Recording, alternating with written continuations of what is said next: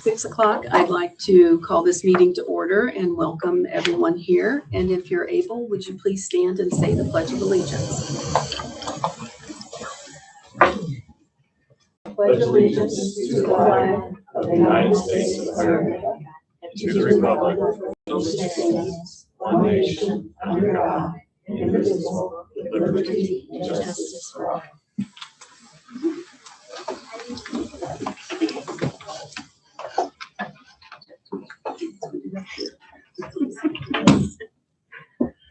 Okay, our first order of business is the review and approval of the agenda. Yeah, I'll just make a recommendation. The agenda as presented, there's no changes. So I make a recommendation to approve it. Okay, we've all heard the superintendent's recommendation to approve the agenda as presented. Do I hear a motion? Madam President, I so move. Thank you, Mrs. Evans. Is there a second? I'll second. Thank you, Mrs. Reese. The agenda has been moved and seconded. All those in favor signify by saying aye. Aye. Opposed?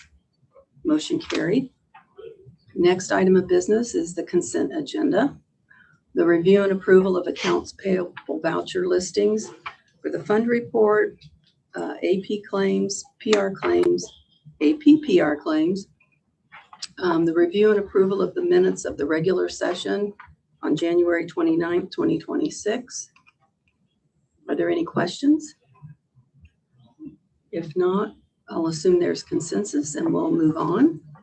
Our next item of business is spotlight recognition. All right, so for us at the elementary, we have Science Bowl. Mrs. H has done Science Bowl for us. I'm gonna have Mrs. H come on up. Come on up. You have to get up here. Well, thank you. So the team did an awesome job, and I'll just read. So we finished 5th in our category. Pioneer was 1st. Then next was Hamilton Southeastern Intermediate, Riverside, which is a Fishers Elementary, Perry Meridian, which is in Indy, and then we were the next school. So pretty impressive. And then Logansport was, they were 5.5 points below us.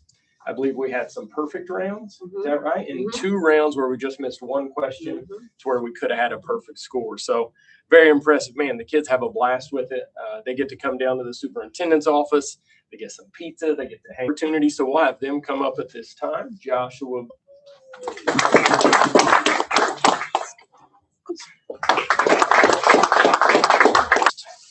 Donnelly. So very impressive group.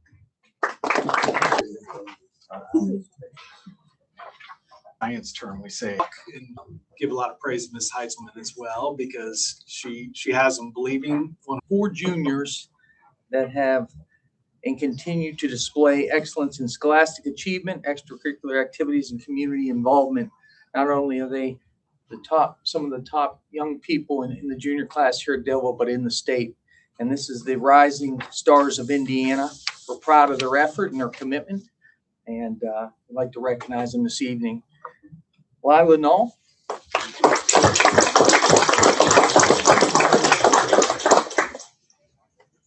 Congratulations. Madeline Campbell.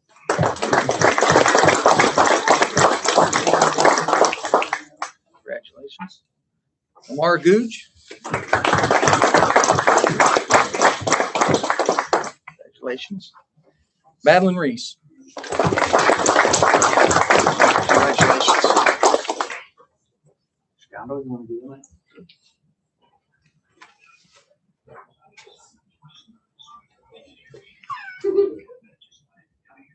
Big smiles. I say, and parents, if you want to get up, I was going to say, if you wanted a picture up here.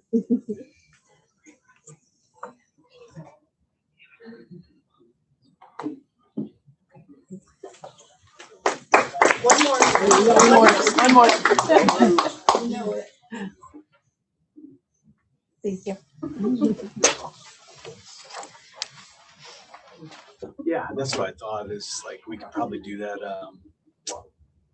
veterans. Okay. Let me That's know next, and I'll right? invite them up. Okay. Done an outstanding job. We have 2 students here, Logan and Matt, report out They're part of a group of 17 in grades 9. That's Wednesday. A representative of that committee or two report on what that committee as well. The floor is yours, guys. Share Some concerns, some things that we see that go really well in the school thing from what they're gonna say. So that we can like better improve our school and for us to like to come together on different things and add to.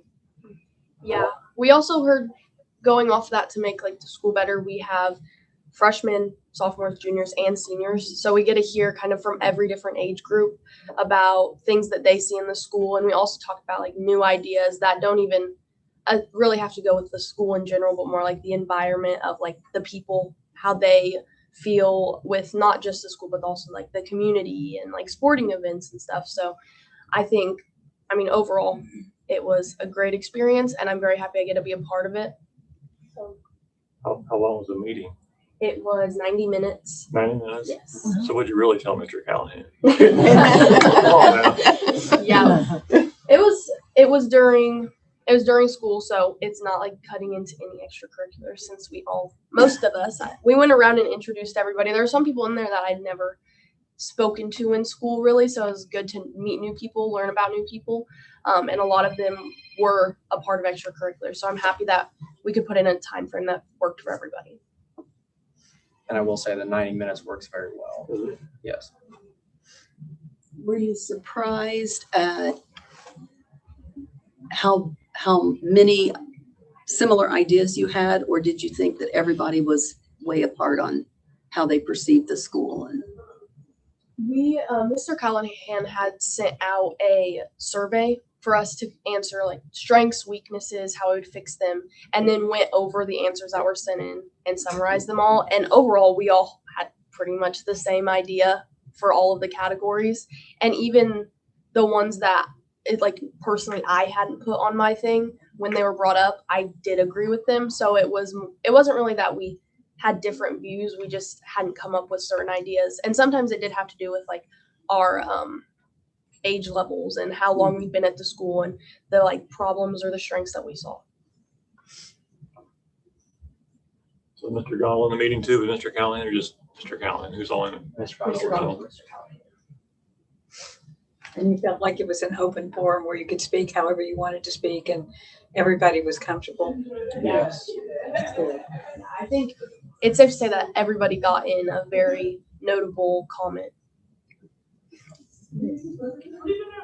I'm excited to see where it goes. What kind of wonderful ideas you guys come up with. What do other students around the school think of this advisory board? Are they excited about it? Like happy to have you guys as representatives? I would say so. A lot of them, since it's so new, no one really knows what to expect from it yet. And so they don't really know what it's about yet either. So all they know is that if they want something, they can speak to us and we can present it. So It's a good start. so far they kind of see us as a voice for them. And how did you get chosen? There was a yeah, rock, paper, scissors. We filled out a form and answered some questions, wrote down like basic information about ourselves, and then it kind of was just sent off. And Mr. Callahan, Mr. Rondell, they were all from what that's the committee that picked from what I'm aware of. did you have an interview? We did not have an interview, but there were interview questions to answer on the form, so.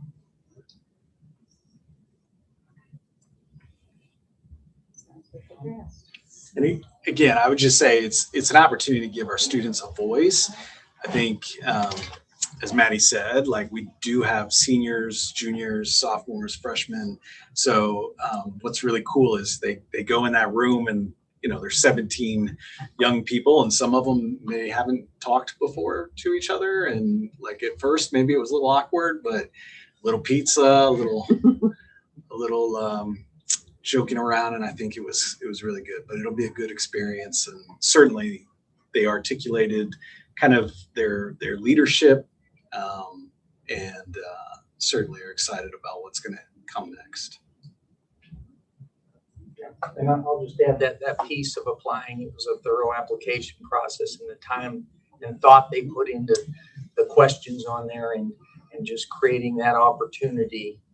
Thank you to Mr. Callahan and the students involved with this, having a voice in their experience here as a student and creating that experience of how they see it through their lens is going to be an exciting and important part of this journey with them. So we appreciate their diligence and desire to be part of that by putting that effort in, and we're excited to continue with it this semester. It's also something good for you guys for college applications too, to say that you were part of an advisory board. Thank you. Thank you.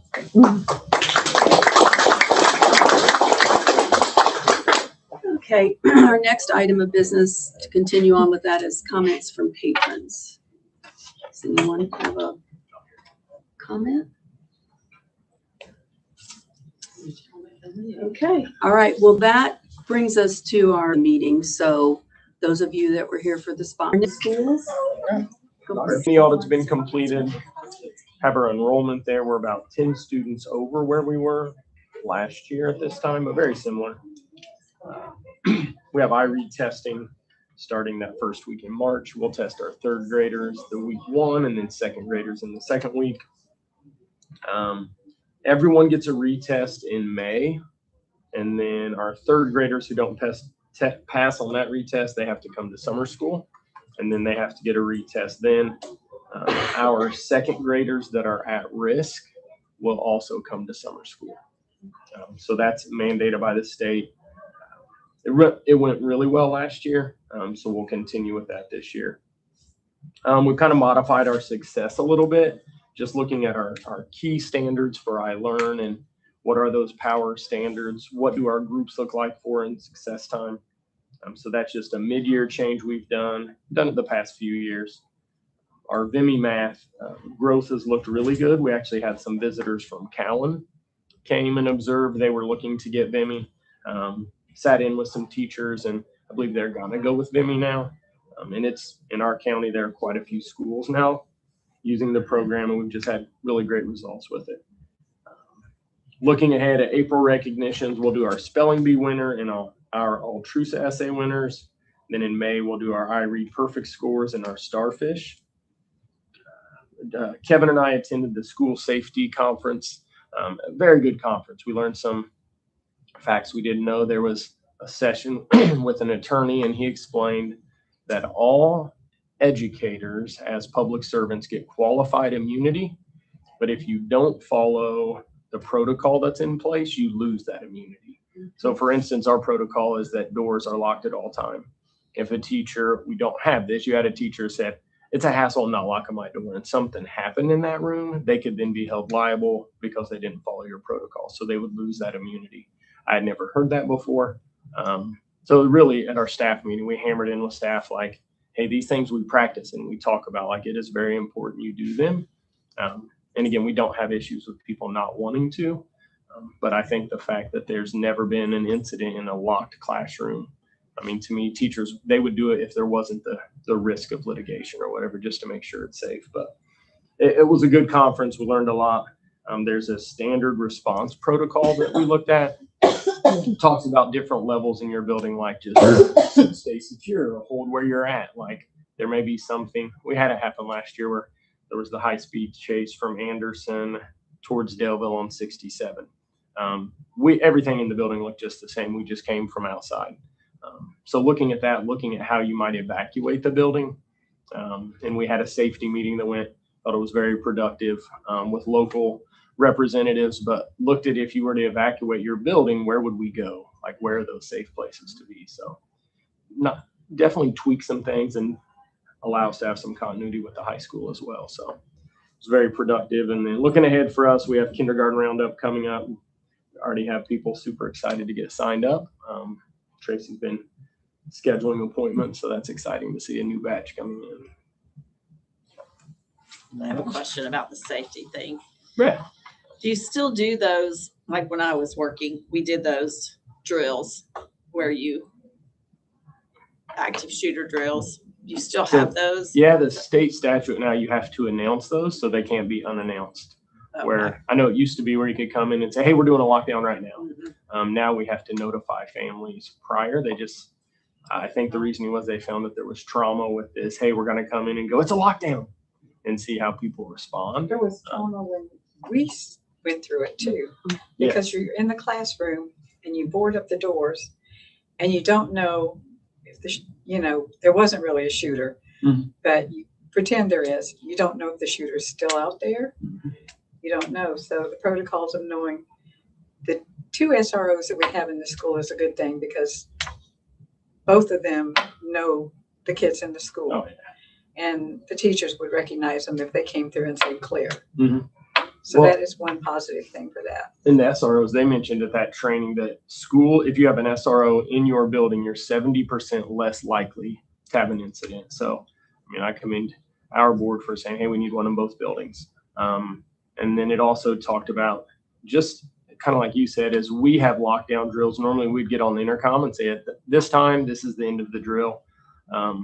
And that's not the way things should be done. As they talked, they said the problem is you can get someone in your office and forces Mrs. Gick to say, hey, tell everyone to come out of their rooms. So now you would clear rooms. So we've coordinated with Chief Hicks, Hager here, and King, where we will go around to classrooms and unlock and say, hey, all is clear, you can come out. So that if there was a real incident, that's how you would clear classrooms. You wouldn't just make an announcement and say, okay, let's everybody go outside. So something we would tweak a little bit on our end that may take a little longer, but is more real life how that situation would be. I just want to interject too, as Mr. Reese was talking about that safety group that came together, Mr. Gondel, Mr. Reese, our assistant principals, SROs, Chief Hicks, Chief Tomlinson.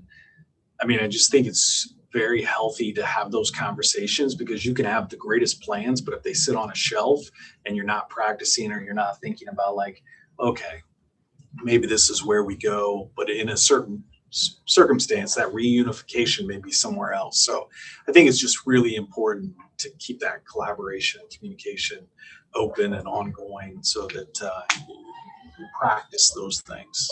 We're lucky to have 2 state police Yeah. in this community too. Yeah. And Dave Ellis. All right. The junior senior high school mini audit of bank statements for January has been completed. We want to thank the town of Daleville for inviting our 8th grade students down for a civics field trip. Wednesday, February 18th, they were able to go down and learn about local government as part of that social studies class. Homecoming week was last weekend. We had tremendous participation in theme days, assembly, dance. Over 200 students attended the high school dance. We have 284 students, 9 through 12. So we had a tremendous turnout. I think moving the dance to Saturday off Friday let us organize it better, and we were able to give those students, just listening to families and students, time to get ready, take pictures, students to come here. It worked out really well, and it lets us secure the building. It's the only event we have that evening. Officer Hager was here with us, our SRO. Students come in, they check in under their name, and then they head in. And the students did an outstanding job, a first class effort. The participation throughout the week for the theme days leading up to the assembly was outstanding. A lot of school spirit. The students really enjoyed the assembly piece. And then we had the junior high dance on Friday, the game and the homecoming court during the game on Friday as well, and then the dance on Saturday. One piece with this homecoming, after we finish each event, we do an event review assessment, just how it went overall, and look at all the different factors. One piece we fell short and dropped the ball was notifying the class of 2006 for their 20-year, essentially a 20-year reunion. Just listening and talking to folks, and then personal experience. That's an opportunity for folks not only to come back, whether close or a little further in the state or out of state, to connect, but also with family and make that weekend. And we're open for engagement and suggestions, talking to folks.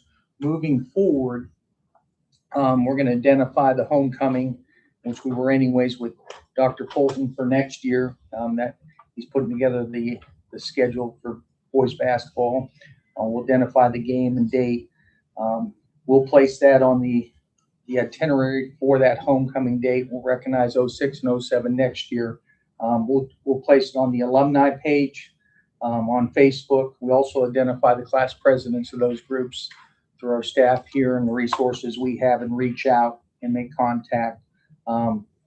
In the past, they've been recognized at essentially at halftime or between the JV and varsity game. We will look at having a reception when they come in, the alumni in the auxiliary gym. We'll have refreshments there where they can visit rather than just going up in the stand. I might see someone I know, but I can't get over there. This will give them an opportunity. And this is open for feedback as well, but an opportunity to meet there. And then the administrator, Mr. Bendis, myself, will give them a tour of the building, and we'll time that so when we finish the tour, we'll end up by the theater room to where they would be announced at the in between the games. And then once they're announced, we'll have a section for them to sit. So we want to enhance what it is, and we take this opportunity to take where we fell short and make it better. And I think we're on that track. Like I said, we're open and want folks to engage with us. If there's better communication modes, we're always looking for that. But we'll direct people to those certain sites, and we'll make sure that information's out well in advance, starting this spring, and then just ramping up as we move into January and February. So we're looking for that opportunity to make that right and do better. As the student shared, we conducted the first ever Superintendent Advisory Council meeting on Wednesday, February 18th. I think it's an outstanding way to, as I shared, give our students a voice in their experience here. And even the seniors were excited to share and have some influence to help improve, enhance for the underclassmen and the students that aren't even in high school yet. So that's exciting when they're looking at it through that lens as well. Tomorrow night at 6 o'clock, we'll have our 8th to 9th academic transition night. This is for students and family, current 8th grade students and families. We'll look at scheduling with Mrs. Reese, our counselor. We'll look at the diploma requirements. Oftentimes when we're talking to students, we'll ask, what year are you? Because depending on what year they graduate in that cohort they're in, there's different rules for them. So there's some new rules that started this year with current freshmen, and we'll continue with the incoming freshmen. So we're looking forward to walking through and unpacking that information, and then students will start scheduling. One thing I can say about the scheduling, Mrs. Reese, talk about personal touch. She sits down and individually schedules with every student here. We have 428, and just a lot of places will put it on the computer. You pick your classes and punch it in. She'll walk students through, answer questions, and clarify. I think that's amazing. It's just another level of service that's impressive. And then next Tuesday, March 3rd, we'll have the SAT school day. SAT test. All juniors in the state of Indiana take the SAT. We take it in school, and we'll administer that. We administer that in the auxiliary gym and tables. We have 70 students that'll take that. And we're looking to have everyone here and complete that next Tuesday. So enrollments 428, as I shared. When we look at scheduling, we'll have those students, and then athletics. All county girls basketball, Madeline Campbell, she was here this evening. Addison Gothrop and Olivia Pratcher made all county. Wrestling regional qualifiers for boys wrestling was Darren Ward, James Gibson, and Braxton Collins. And note from Dr. Fulton, girls basketball finished 15-6, tying the most wins in a season for girls, most wins in a regular season. So a successful run for them and a solid season. So thank you. Any questions? All right. Next item of business, items for school board discussion and possible action. The superintendent's personnel report. Yeah, and if looking over the personnel report, I just wanted to really highlight tonight, and we have Mrs. April Reed with us tonight, and Miss Reed's been with us for 32 years. I got that right? 32 years. Almost 32 years. And I think it just, that's a career. One of the things the students, staff, community talked about, what are the strengths of Daleville Community Schools? And they talk about this family or community spirit. And I think having a director of food service for almost 32 years speaks to that family feel. And so I just wanted to recognize Mrs. Reed as somebody who's made that possible through her devotion to Daleville Community Schools, and thank you for that.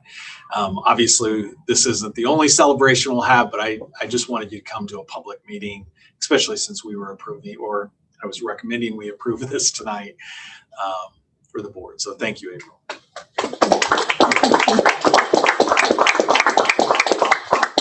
She should get a picture too. Yeah. I think you should get your picture taken with the principals. Works for me. As long as she's here through summer school, we're good, right? Yeah. Okay. June 12th. Okay. All right. All right. That on there. Yes.